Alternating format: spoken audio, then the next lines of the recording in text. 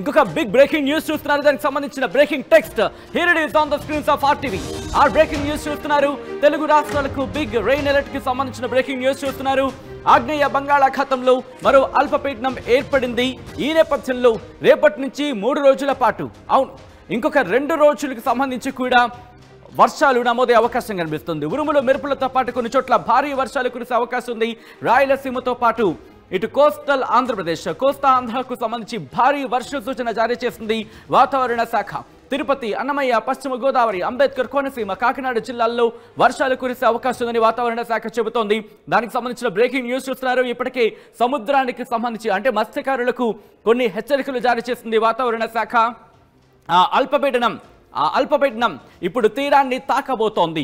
ఎక్కడ తీరాన్ని తాకే అవకాశం ఉంది, ఎటువంటి సిచ్యువేషన్ ఉంది, ఇవన్నీ కూడా మాటల్లో కాదు మ్యాప్లో చూపించే ప్రయత్నం చేస్తుంది RTV. దానికి సంబంధించి బ్రేకింగ్ న్యూస్ చూస్తున్నారు. ఇప్పటికే సముద్రంలో అలలు ఎగసి పడుతున్నాయి. సముద్రం అల్లకల్లోలంగా ఉంది. దానికి సంబంధించిన బ్రేకింగ్ న్యూస్ చూస్తున్నారు. ఒకసారి నేను మ్యాప్ సాయంతో మీకు చూపించే ప్రయత్నం చేస్తాను. Here it is on the screens of RTV. మీరు చూడొచ్చుది బంగాళాఖాతంలో ఎటువంటి వాతావరణం ఉందో మీరు చూస్తున్నారు. ప్రస్తుతం మీరు చూస్తే కనుక ఇదిగో అల్పపీడనం. ఈ అల్పపీడనానికి తోడు మరొక అల్పపీడనం మనకి ఇక్కడ గల్ఫ్ ఆఫ్ థాయిలాండ్ దగ్గర కనిపిస్తోంది. ఈ డైరెక్షన్ చూస్తూ ఉంటే కనుక కాస్త మన వైపు వచ్చే అవకాశం ఉందనే చర్చ జరుగుతోంది. కానీ ఇప్పటికి దీనికి సంబంధించి మనకి ఇంకా క్లారిటీ లేదని చెప్పుకోవాలి. ఇది ఒకవేళ దగ్గరకు వస్తే కనుక మీకు నేను ఎక్స్ప్లెయిన్ చేసే ప్రయత్నం చేశాను. అంతకన్నా ముందు ప్రస్తుతానికైతే మాత్రం ఇదే ఇటు తెలుగు రాష్ట్రాలను మరి ముఖ్యంగా ఆంధ్రప్రదేశ్ను బెంబేలెత్తిస్తున్న అల్పపీడనం. ఈ అల్పపీడనం ఇటు చెన్నై తీరాన్ని తాకే అవకాశం ఉంది. డైరెక్షన్ మీరు చూడొచ్చు, పశ్చిమ వాయువ్య దిశగా కదులుతోంది. ఇదిగోండి ఇలా పశ్చిమ వాయువ్య దిశగా కదులుతోంది. పశ్చిమ వాయువ్య దిశగా కదులుతూ ఇది కాస్త ఇబ్బందికరంగా మారుతోంది. పశ్చిమ వాయువ్య దిశగా కదులుతోంది. ఇది పశ్చిమ వాయువ్య దిశగా కదులుతున్న సందర్భానికి సంబంధించి మీరు చూడొచ్చు.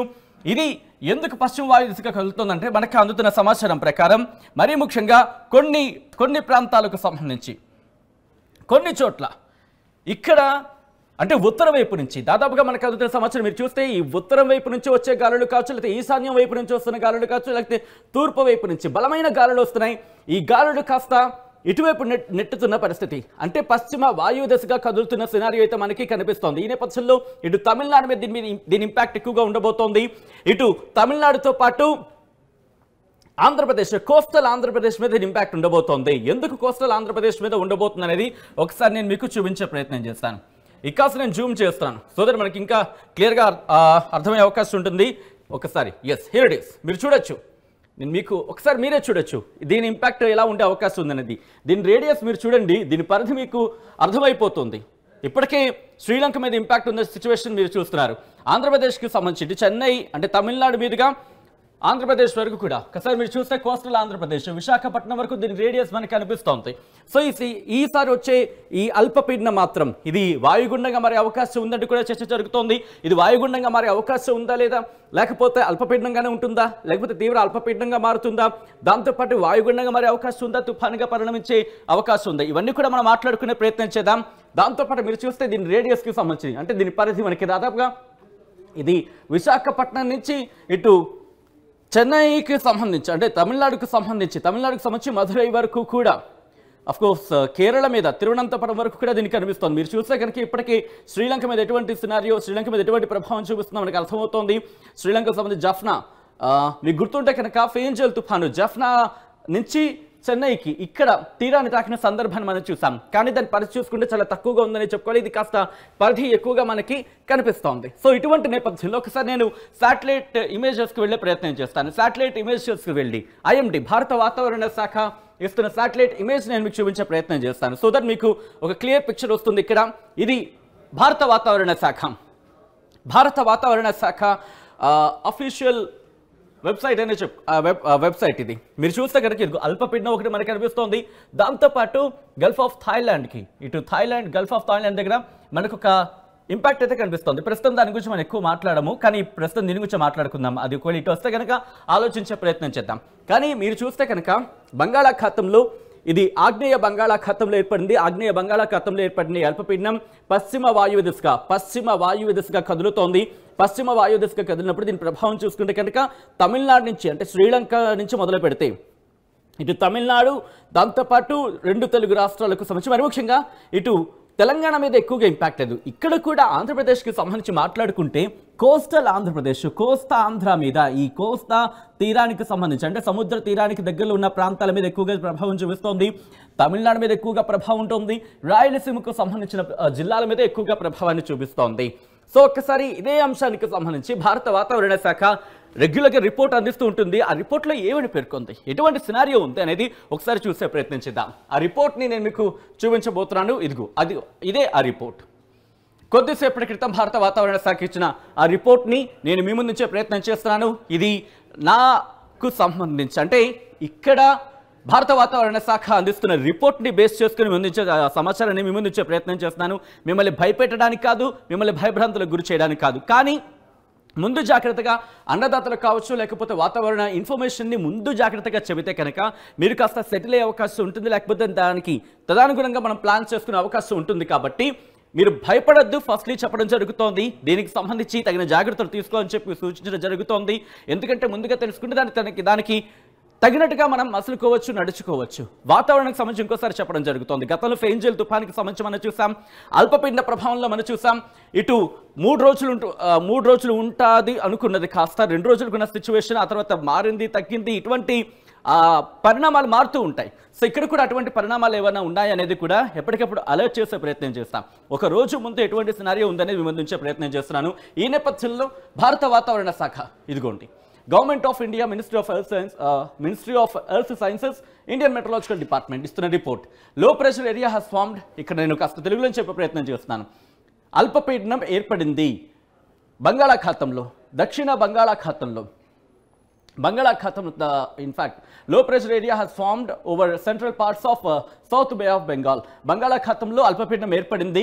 దీని ప్రభావంతో భారీ నుంచి అతి భారీ వర్షాలు కురిసే అవకాశం ఉంది తమిళనాడులో అంటూ కూడా 17-18 తారీఖులకు, అంటే డిసెంబర్ 17-18 మేము ముందుగానే చెప్పడం జరుగుతుంది, ముందు నుంచి చెప్పడం జరుగుతుంది. అల్పపీడనం బంగాళాఖాతంలో ఏర్పడింది.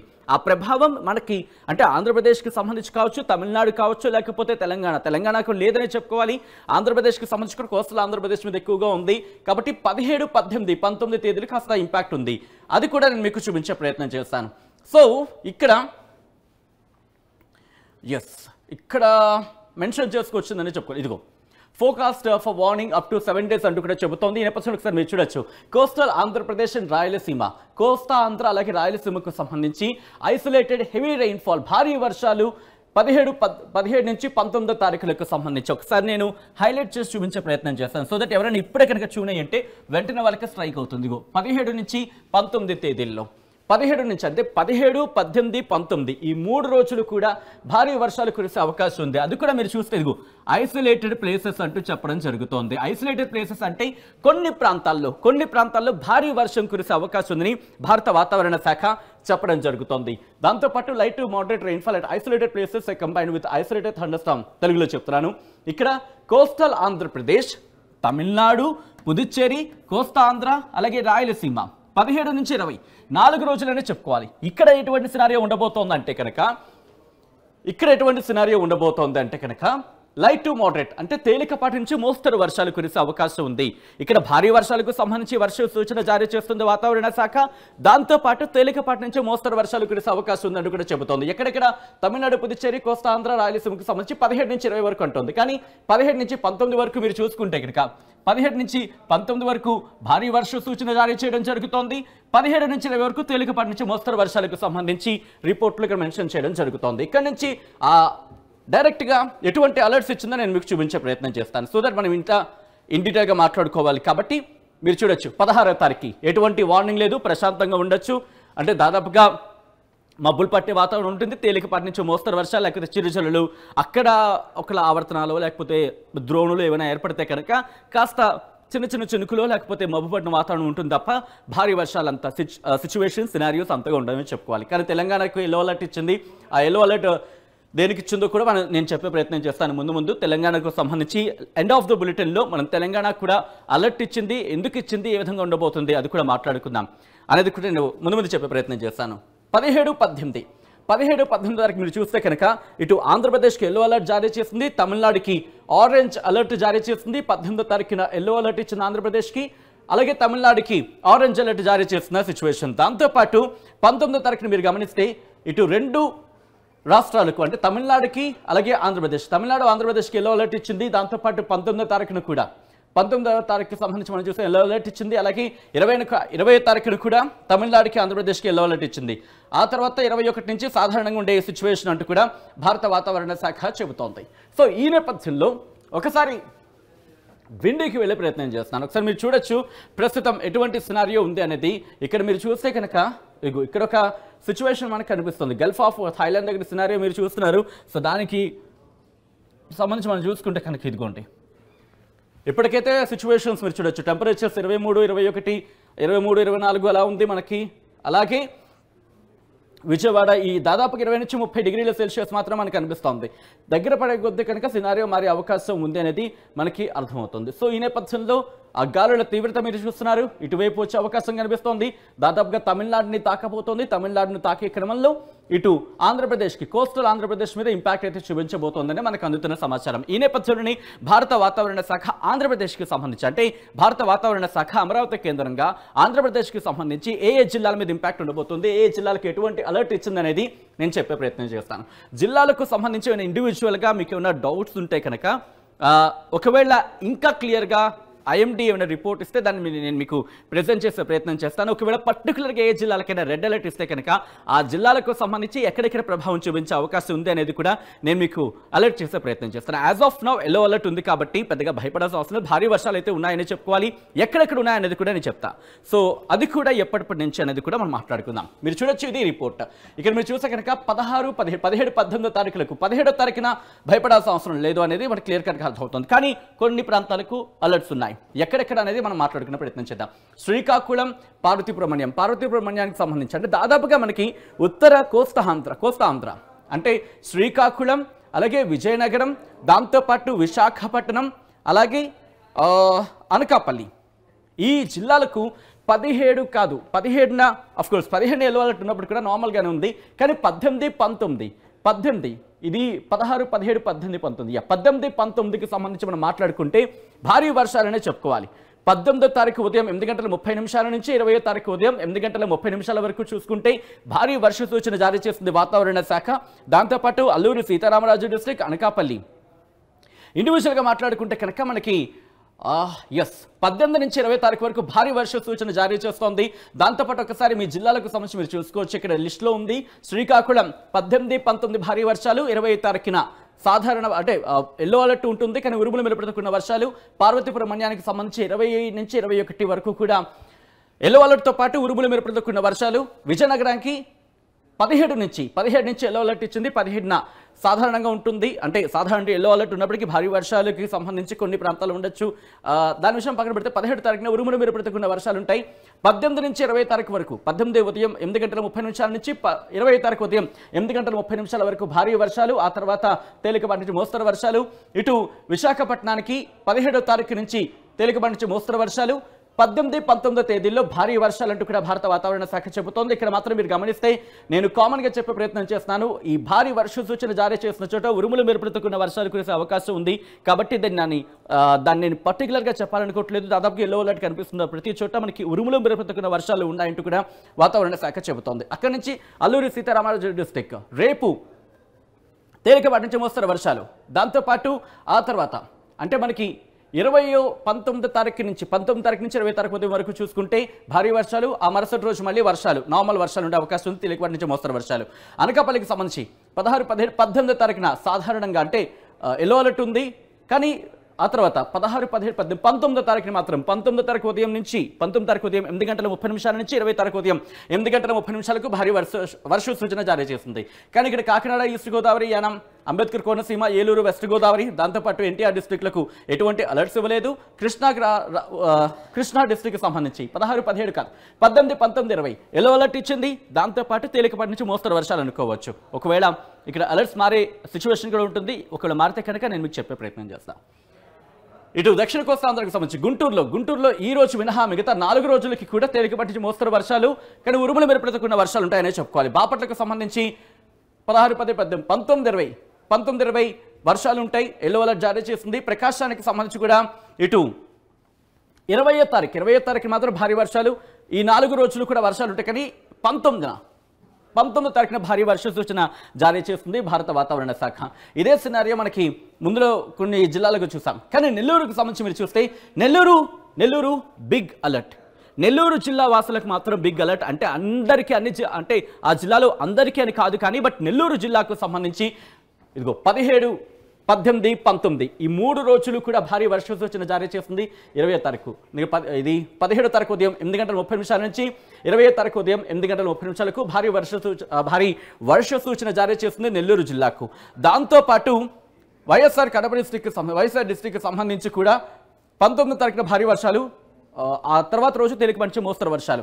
అలాగే శ్రీ సత్యసాయి డిస్ట్రిక్ట్కి 2 రోజులు 19, 20 తేలికపాటి వర్షాలు. అన్నమయ్య డిస్ట్రిక్ట్కి దాదాపుగా రేపు ఎల్లుండి కూడా నార్మల్ వర్షాలు. 19వ తారీఖున భారీ వర్ష సూచన ఉంది. ఆ మరుసటి రోజు తేలికపాటి నుంచి మోస్తరు వర్షాలు. తిరుపతికి సంబంధించి 17, 18, 19 అంటే నెల్లూరు, తిరుపతి ఈ 2 జిల్లాలు మాత్రం చాలా హై అలర్ట్ అనే చెప్పుకోవాలి. బహుశా దీనికి సంబంధించి రేపు కానీ ఎల్లుండి కానీ అలర్ట్ మారే అవకాశం ఉంది. ఆరెంజ్ అలర్ట్ వరకు వెళ్ళడం పెద్దగా ఆశ్చర్యపడవలసిన అవసరం లేదు. ఏ జిల్లాలు? తిరుపతి, నెల్లూరు ఈ 2 జిల్లాలకు భారీ వర్ష సూచన జారీ చేసింది వాతావరణ శాఖ. దాంతోపాటు చిత్తూరుకు సంబంధించి చూసుకుంటే చిత్తూరు ఈసారి ఇంట్రెస్టింగ్గా భారీ వర్షాలు లేవు, కానీ అంటే ఎల్లో అలర్ట్ ఇచ్చింది, కానీ భారీ వర్ష సూచన మాత్రం ఇవ్వలేదు. కానీ ఎల్లో అలర్ట్ ఉంది, అంటే ఉరుములు మెరుపులతో కూడిన వర్షాలు కురిసే అవకాశం ఉంది రేపటి నుంచి అంటూ కూడా. సో ఈ నేపథ్యంలోనే మనం ఇటు ఈ జిల్లాలకు సంబంధించి చూసాం. ఒకసారి భారత వాతావరణ శాఖ ఇచ్చిన రిపోర్ట్ని బేస్ చేసుకొని Andhra Pradesh state disaster management authority ఏమైనా విపత్తు వస్తుందంటే కనుక ఆంధ్రప్రదేశ్కి సంబంధించి నేనునంటూ ముందు వెళ్లే సంస్థ ఈ ఆర్గనైజేషన్ ఏం చెబుతోంది అనేది ఒకసారి మనం చూసే ప్రయత్నించేద్దాం. భారత వాతావరణ శాఖ చెబుతున్న రిపోర్ట్ని బేస్ చేసుకుని Andhra Pradesh state disaster management authority ఏం చెబుతోంది చూద్దాం. 16th December అంటే రేపు light to moderate rains is likely to occur at isolated places in Nellore, Annamayya, Chittoor and Tirupati. అంటే కొన్ని ప్రాంతాలు తేలికపాటి నుంచి మోస్తరు వర్షాలు 16వ తారీఖున కురిసే అవకాశం ఉందని చెబుతోంది నెల్లూరు, అన్నమయ్య, చిత్తూరు, తిరుపతి ఈ రోజుకి సంబంధించి. దాంతో పాటు ఒకసారి నేను రీఫ్రెష్ చేసి చూపించే ప్రయత్నం చేస్తాను.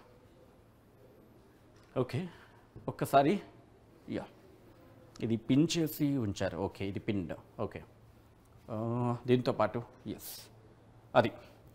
సో ఇంకా అప్డేట్ చేస్తారని కూడా బహుశా రేపు ఎల్లుండి, ఎందుకంటే రేపు కాస్త రేపటి నుంచి సినారియో మారే అవకాశం ఉంది కాబట్టి నేను మీకు ఒకసారి మ్యాప్లో చూపించే ప్రయత్నం చేస్తున్నాను. ప్రెసెంట్ ఎటువంటి సినారియో ఉంది బంగాళాఖాతంలోని. ఒక్కసారి కాస్త భయపడాల్సిన సినారియో అంటే కనుక బిగ్గెస్ట్ క్వశ్చన్ మార్క్, కానీ కాస్త ఆందోళన కలిగిస్తోంది. కానీ ముందు జాగ్రత్తలు తీసుకుంటే కనుక డ్యామేజ్ని మనం మినిమైజ్ చేయొచ్చు. భయపడద్దు, కానీ జాగ్రత్తలు తీసుకుంటే ఇటువంటి డిజాస్టర్ అంటే పెద్దగా ప్రెజెంట్ లేదని చెప్పుకోవాలి. ఎందుకంటే అల్పపీడనం వాయుగుండంగా మరి అవకాశం ఉందనే చర్చ జరుగుతోంది. భయపడ్డం కన్నా జాగ్రత్తలు తీసుకుంటే ఎంతటి భయానైనా పక్కన పెట్టచ్చు మనం. సో సినారియో మీరు చూడొచ్చు, ఇటు బంగాళాఖాతానికి సంబంధించి ఎటువంటి సినారియో ఉంది అనేది. ఇది ఆంధ్రప్రదేశ్కి సంబంధించి. ఒకసారి తెలంగాణకు సంబంధించి భారత వాతావరణ శాఖ ఏం చెబుతుందో చూసే ప్రయత్నం చేద్దాం. భారత వాతావరణ శాఖ ఒకటే చెబుతోంది, ఇటు తెలంగాణ కూడా ఎల్లో అలర్ట్ ఇచ్చింది. శీతలగాలులు తెలంగాణ రాష్ట్రంలోని ఆదిలాబాద్, కొమరభీం, ఆసిఫాబాద్, మంచిర్యాల, నిర్మల్, వికారాబాద్ మరియు సంగారెడ్డి జిల్లాల్లో అక్కడక్కడ వీచే అవకాశం ఉందని చెబుతూనే ఇందాక మనం తెలంగాణకు ఎల్లో అలర్ట్ అని మాట్లాడుకున్నాం కదా, ఇది అది. తెలంగాణ రాష్ట్రంలో కొన్ని జిల్లాల్లో అక్కడక్కడ ఉదయం వేళలో పొగమంచు ఏర్పడే అవకాశం ఉంది. రానున్న 2 రోజుల్లో తెలంగాణ రాష్ట్రంలో అక్కడక్కడ కనిష్ట ఉష్ణోగ్రతలు సాధారణం కంటే 2 నుంచి 4 డిగ్రీల వరకు నమోదయ్యే అవకాశం ఉందని భారత వాతావరణ శాఖ చెబుతోంది. ఈ నేపథ్యంలోనే కోల్డ్కి సంబంధించి మాట్లాడుకున్నప్పుడు ఇటు వాతావరణ శాఖ రిపోర్ట్ ఇచ్చిన పరిస్థితి ఒకసారి నేను ఇటు వచ్చి ఆ రిపోర్ట్ని చూపించే ప్రయత్నం చేస్తాను. ఆ రిపోర్ట్లో మెన్షన్ చేయడం జరిగింది, ఇదిగోండి. -, డిగ్రీలకు సంబంధించి కూడా మాట్లాడడం జరుగుతోంది. Here it is. మీరు చూస్తే కనుక ఇదిగోండి ఇక్కడ మెన్షన్ చేయడం జరిగింది. Minimum temperatures are below normal over most parts of the country except south peninsular India అంటూ మాట్లాడుతూనే ఇక్కడ appreciably below normal -3 degrees, -5 degrees, -3 degrees to -5 degrees at few places over West Madhya Pradesh, Chhattisgarh, Odisha, Vidarbha, తెలంగాణతో పాటు మరికొన్ని జిల్లాలకు సంబంధించి -3 నుంచి -5 డిగ్రీల ఉష్ణోగ్రత నమోదు అవ్వచ్చు అంటూ కూడా భారత వాతావరణ శాఖ చెబుతోంది. ఇది తెలంగాణకు సంబంధించి. ఇక తమిళనాడుకు సంబంధించి మాట్లాడుకుంటే హెవీ రెయిన్ఫాల్ చూడొచ్చు. దాదాపుగా 17, 18 2 రోజులు కూడా ఆరెంజ్ అలర్ట్ జారీ చేసింది. ఇక్కడ ఆరెంజ్ అలర్ట్ ఇచ్చింది చూసారు కదా. తర్వాత బహుశా మారే అవకాశం ఉంది. చెంగల్పట్టుతో పాటు విల్లుపురం, కడ్లూరు, అలాగే మైలాదుతురై డిస్ట్రిక్ట్ సంబంధించి కొన్ని జిల్లాలకు, అలాగే 18వ తారీఖున కూడా కొన్ని అలర్ట్స్ ఇచ్చింది. ఈ నేపథ్యంలో భారత వాతావరణ శాఖ ఏం చెబుతోంది అనేది మనం చూసే ప్రయత్నం చేద్దాం. అంతకన్నా ముందు ఒకసారి నేను ప్లే చేసి చూపిస్తున్నాను ఇది ఎలా వెళ్ళే అవకాశం ఉందనేది. ఒకసారి మనం చూపిద్దాం ఒకసారి. ఈరోజు అంటే దాదాపుగా 16 తారీఖు నేను ప్లే చేస్తున్నాను. ఒకసారి మీరు చూడొచ్చు ఎలా మారే అవకాశం ఉంది అనేది కాస్త మినిమైజ్ చేస్తున్నాను. ఇది ఎలా తీరాన్ని తాకే అవకాశం ఉంది, ఎప్పుడు తీరాన్ని తాకచ్చు అనేది కూడా మనం చూసే ప్రయత్నం చేస్తే దాదాపుగా 17 అంటే రేపు ఈ ప్రభావం మనకి రేపు సాయంత్రం కాదు, రేపు ఉదయం దాదాపుగా మనకి 11 గంటల ప్రాంతం కావచ్చు. కోర్స్ 11 కాదు, 12 గంటల ప్రాంతంలో కోర్స్ 3 గంటల ప్రాంతంలో తీరాన్ని తాకే అవకాశం మనకి కనిపిస్తోంది ఈ అల్పపీడన ప్రభావం. ఆ తర్వాత ఎల్లుండి నుంచి ఆ ఇంపాక్ట్ ఎక్కువగా ఉంటుంది. మనం చూడొచ్చు, ఇదిగోండి పశ్చిమ వాయు దిశగా కదులుతోంది కాబట్టి ఇంపాక్ట్ మనకి కాస్త మనకి ఇంపాక్ట్ బాగానే చూపిస్తోంది. ఎందుకంటే ఇదిగో ఇంపాక్ట్ మనకి చూపిస్తోంది. 18వ తారీఖున కూడా మనకి ఆ ఇంపాక్ట్ కొనసాగుతుంది. 18, 19వ తారీఖులు కూడా మనం చూడొచ్చు ఆ ఇంపాక్ట్ అయితే మాత్రం కొనసాగే అవకాశం కనిపిస్తోంది. ఇటు కోస్తా ఆంధ్రతో రాయలసీమతో సహా ఇటు నార్త్ తమిళనాడు మీద ఎక్కువగా ఇంపాక్ట్ చూపిస్తుందనే చెప్పుకోవచ్చు. ఈ నేపథ్యంలో భారత వాతావరణ శాఖ ఏం చెబుతోంది? భారత వాతావరణ శాఖ అధికారులతో ఆర్టీవీ ఎక్స్క్లూజివ్గా మాట్లాడడం జరిగింది. భారత వాతావరణ శాఖ అధికారులతో మా ప్రతినిధి వర్మ మాట్లాడారు. వాళ్ళు ఏమంటున్నారో చూద్దాం. దక్షిణ బంగాళాఖాతంలో ఏర్పడిన అల్పపీడనం తమిళనాడు దిశగా దూసుకెళ్తోంది. ఈ నేపథ్యంలో రానున్న 2-3 రోజుల్లో ఈ అల్పపీడనం దిశ ఎలా ఉందని చెప్పడానికి మనతో పాటు విశాఖ వాతావరణ శాఖ విభాగాధిపతి శ్రీనివాస్ గారు ఉన్నారు. సార్ చెప్పండి, ఈ మధ్య బంగాళాఖాతంలో ఏర్పడిన అల్పపీడనం ఏ దిశగా సాగుతుంది, దీని ప్రభావం ఎంత ఆంధ్రప్రదేశ్ మీద? ఆగ్నేయ బంగాళాఖాతంలో ఏర్పడిన ఉపరితల ఆవర్తనాల ప్రభావం దృష్ట్యా ఈరోజు central parts of south Bay of బెంగాల్లో మరొక అల్పపీడనం అయితే ఏర్పడింది. అదే ఇక్కడ మనం శాటిలైట్ పిక్చర్లో కనుక దీని యొక్క పొజిషన్ చూస్తే ఇవంతా కూడా ఈ అల్పపీడనం చుట్టూ ఉన్నటువంటి మేఘాలు, ఇవి కన్వెక్టెడ్ క్లౌడ్స్. ఇక్కడ అండి ఇదంతా సౌత్ బే ఆఫ్ బెంగాల్, ఇదంతాను దీంట్లో ఇక్కడ central parts of south Bay of Bengal ఇక్కడ ఏర్పడింది. ఇది క్రమేపీ బలపడుతూ వెస్ట్ నార్త్ వెస్ట్ డైరెక్షన్లో అంటే ఈ డైరెక్షన్లో వెళ్తూ తమిళనాడు కోస్ట్ని నెక్స్ట్ కమింగ్ 2 డేస్లో చేరే అవకాశం ఉంది. ఇది తమిళనాడు కోస్ట్ చేరుతున్నప్పటికీ కూడా ఇటు ఉత్తరాంధ్ర, దక్షిణ కోస్తా, అలాగే Rayalaseema, almost entire Andhra Pradesh state అంతా కూడా దీని ప్రభావం కొంతవరకు కనిపించే ఛాన్స్ అయితే ఉంది. ఈ రోజు వరకు మన వార్నింగ్స్ అయితే ఏ ప్రాంతానికి అయితే ఇవ్వట్లేదు. రేపటి నుంచి చూస్తే అక్కడక్కడ ఇటు ఉత్తరాంధ్రలోని దక్షిణ కోస్తాలను కూడా ఒక మాస వర్షాలు, అలాగే 1-2 చోట్ల అంటే పట్టులలో నెల్లూరు అండ్ తిరుపతి ఈ 2 జిల్లాలకు అయితే ఒక భారీ వర్ష సూచన అయితే రేపటికి ఇస్తున్నాం.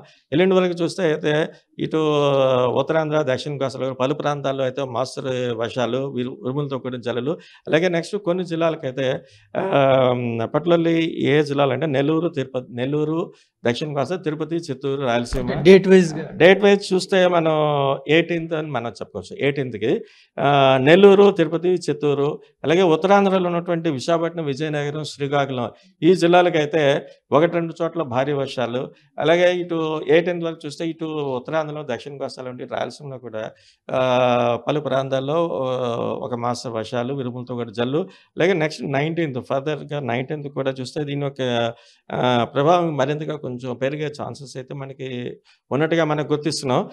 ముఖ్యంగా ఇటు